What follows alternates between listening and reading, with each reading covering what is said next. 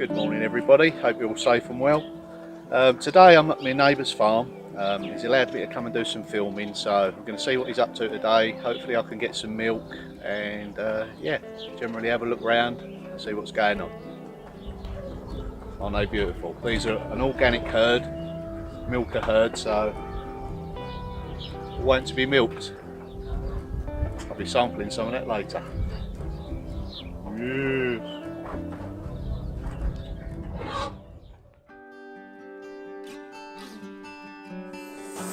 So he's invited me just down to go where all the action happens.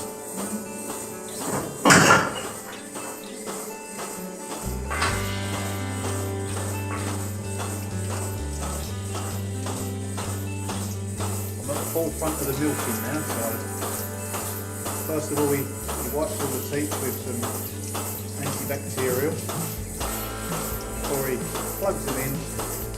The milk starts flowing. So this farm's been going for many generations. It's been in the family for quite some time.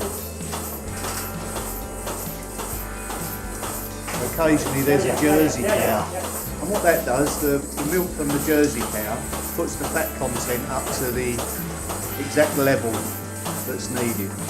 There's the Jersey, dead ahead. She's beautiful, that one. Just getting plugged in and we're raring to go in a moment. As you can see here, the milk's starting to flow. We've got one going there, one going there. There is actually a sampling point in the other room. I'll be taking my canisters in there and having a fill up in a little while. I'm just going to ask him what breed these cows are. I think they're traditionnal. Le breed is traditionnal. Traditionnal, Simmental. Simmental. And middle, Normand and Simmental. So yeah, traditionnal. We know what that little beauty is down the end. Jersey. Jersey, oui, Jersey pour la crème. Very nice milk. So these lovely beauties produce about 25 kilos of milk a session. So I don't know what that translates in litres. I'll work that out afterwards. Quite a lot of milk though. So this is a list of all the cows' names. And every day or every milking, all their milk is computerised and monitored for their output, which is very interesting. So although it's a traditional organic farm, it's still with its technologies and things like that, so it's all about efficiency, I would imagine. Est-ce que vous avez une bouteille? Oui, Il n'y a pas de problème, vous pouvez... D'accord. Une petite cuivre. So we're at the point now where the milk's flowing, it's gone through the system, he's took his samples. He said I can go and get my canisters and fill up my milk for my rice puddings. So I've just got my canisters, of course they're copper. Right, I'm just going to head in there now, fill these little beauties up. Got an extra canister as well. So yeah, let's go and show you how we do the sampling.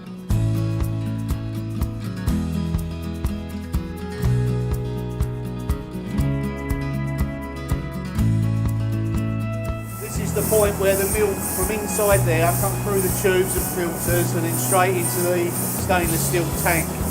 Then the road vehicles come in here, hitch up to here, take it away, take it to various different outlets.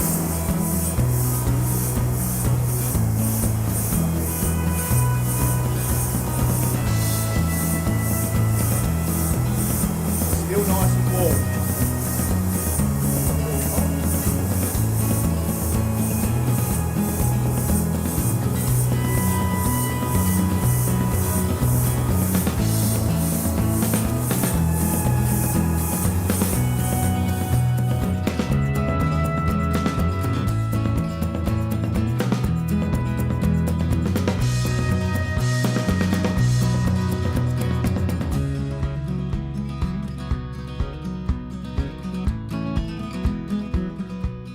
So what we have here quite a rare sighting now really, is a complete granite pressing wheel. What would happen, all the pears and apples would go in the trough here.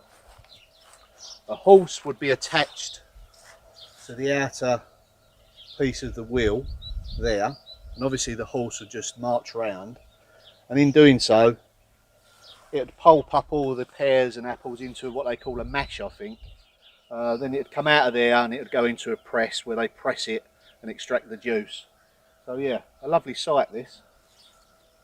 What a lot of people do nowadays is fill these up with soil. I've actually got one section in my garden. I've only got, unfortunately, one left now, one piece, and I've planted that up and it looks quite attractive.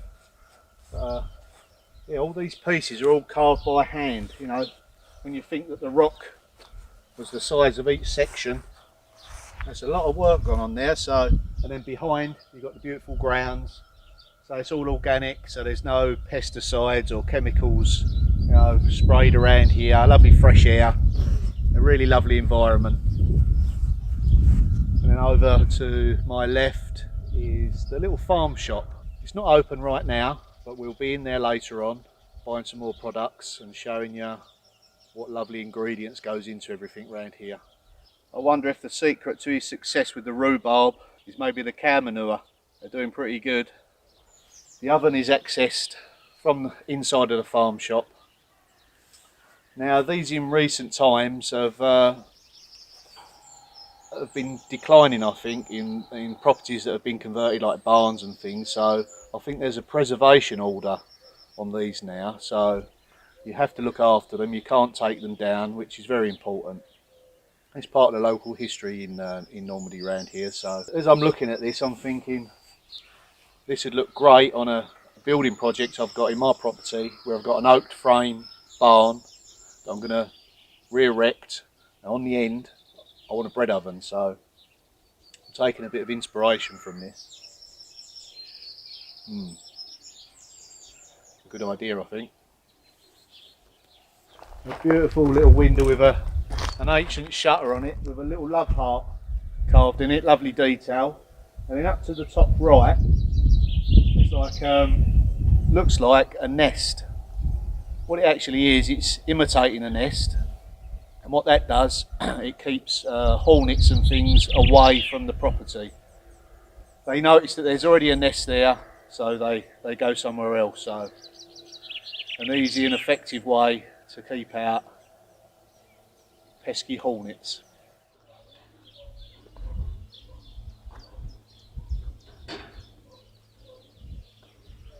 So after the cows have been milked in the dairy, they come out and have their breakfast.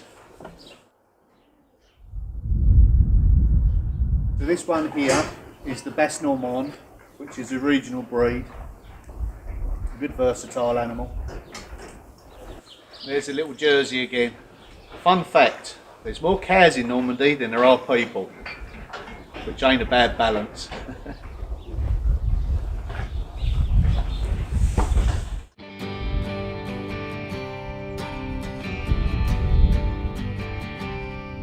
So just about to head into the farm shop, see what lovely products I can buy today.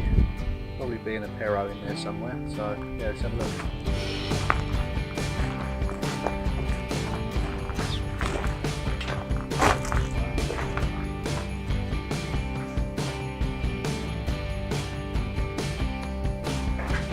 What we got here? I've just spotted lovely pear concentrate, I think it is, with bergamot in it. Ingredients: 99.9% pear and oil essential bergamot. So we'll definitely have one of those. So this one is apple, pom, quenelle, which I think is cinnamon, so I'll also try that. It looks very inviting. So that's two to be getting on with. Just spotted a third bottle, and it's pear and ginger. Delicious. So much to see in here.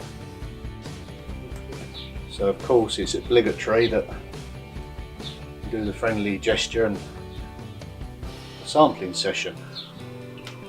That's in the shop. Santé. Santé. Beautiful glasses, all engraved. Dariy.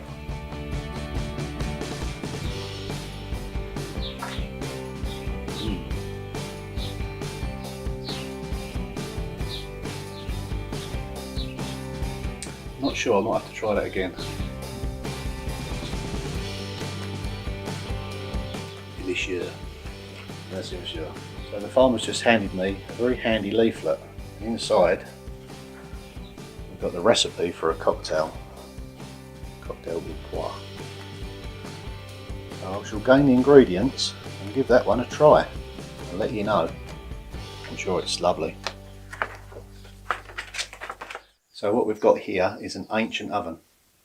I'm just about to shine some light on the matter. We're going in. Wow, it's fabulous.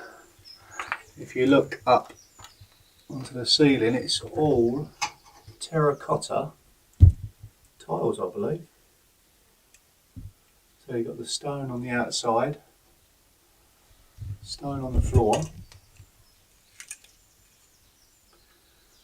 and beautiful handmade terracotta tiles, and then insulated on the outside with clay and packed in between.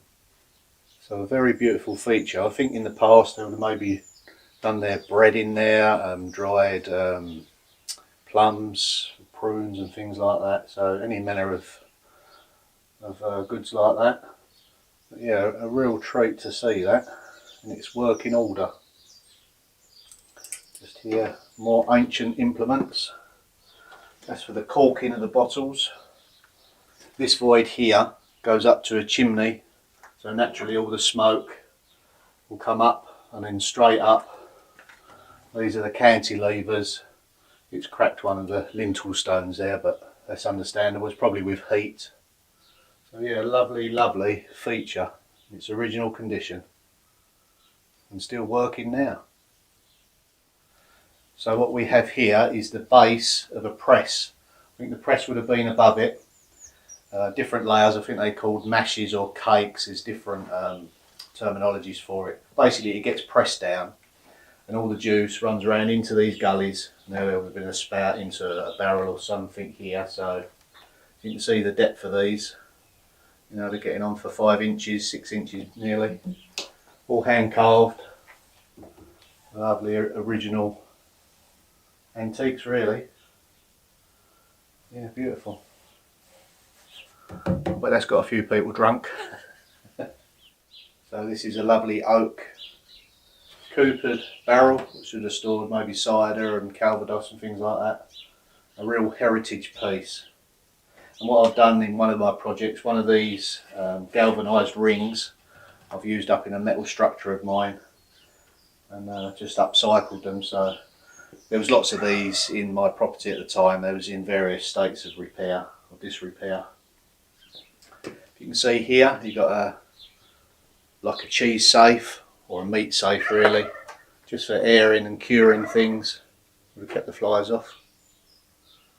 Yeah, lots of interesting products and heritage items around here. So living and working farm.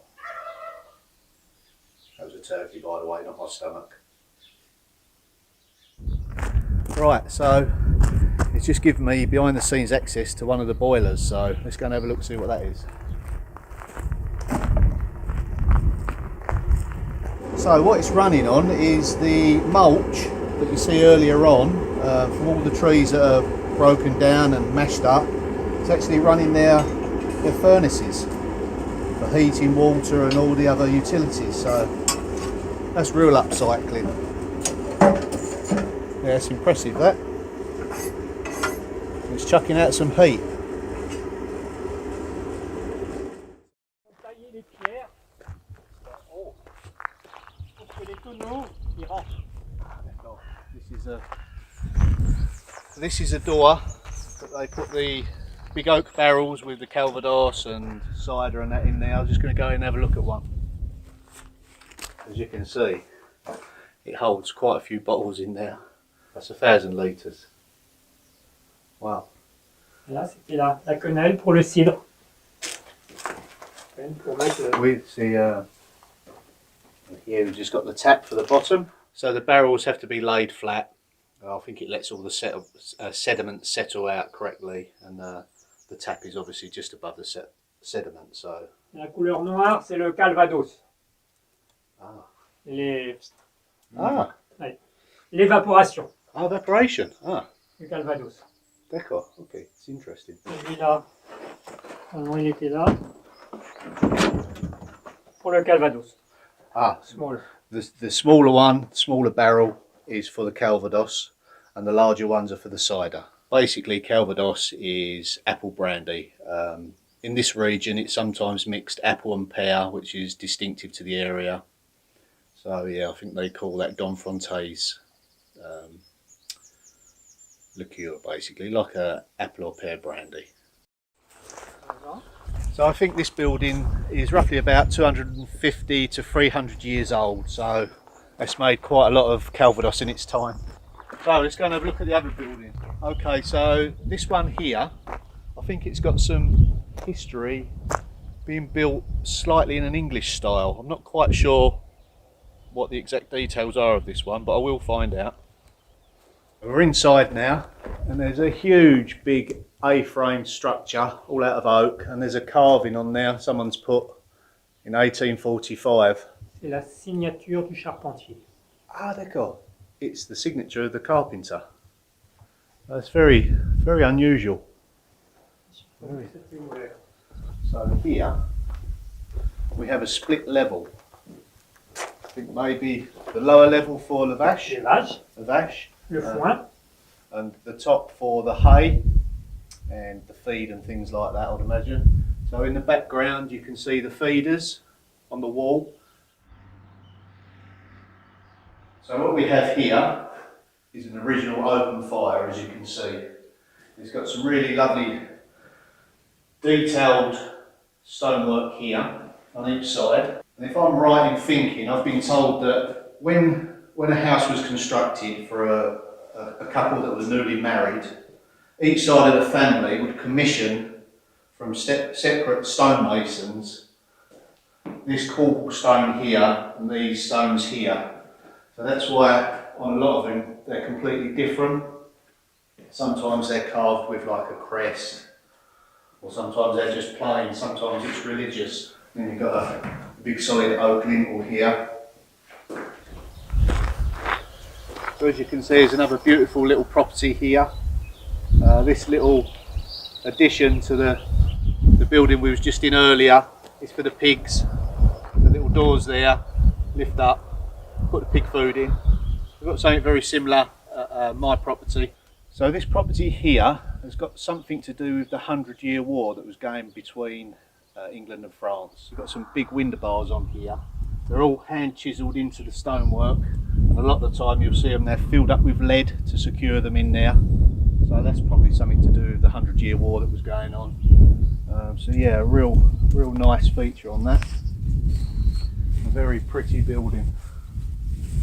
We're just going to have a look in the barn. So as you can imagine, with big old buildings like this, basically left, you know, undisturbed, you get a lot of wildlife in here. It's just been explained to me that there's an owl that roosts and nests up here. On the floor you can see bits of bone and stuff that they've eaten. There's also an egg over there, which has probably come out of the nest. Lots of interesting things to see if you know what to look for. What we've got over here has just been explained to me. All the clay for all the buildings around here has been excavated from this place here. We're on a lot of clay in this area, so they put it to good use. There might have been fish in there, but I think the heron's helped himself. Al fresco dining. So as I was explaining before with the chimneys, the open fires, the stones were done by different families, and he just explains to me that this one was done by one of the families, and this is why there's a face carved into this. Quite a unique feature, that. A nice marriage present. So that wraps up today's video. Learnt a lot today of the local history, all the workings of all the machineries and things like that. So yeah, if you like what I'm doing, don't forget to subscribe. Bye for now.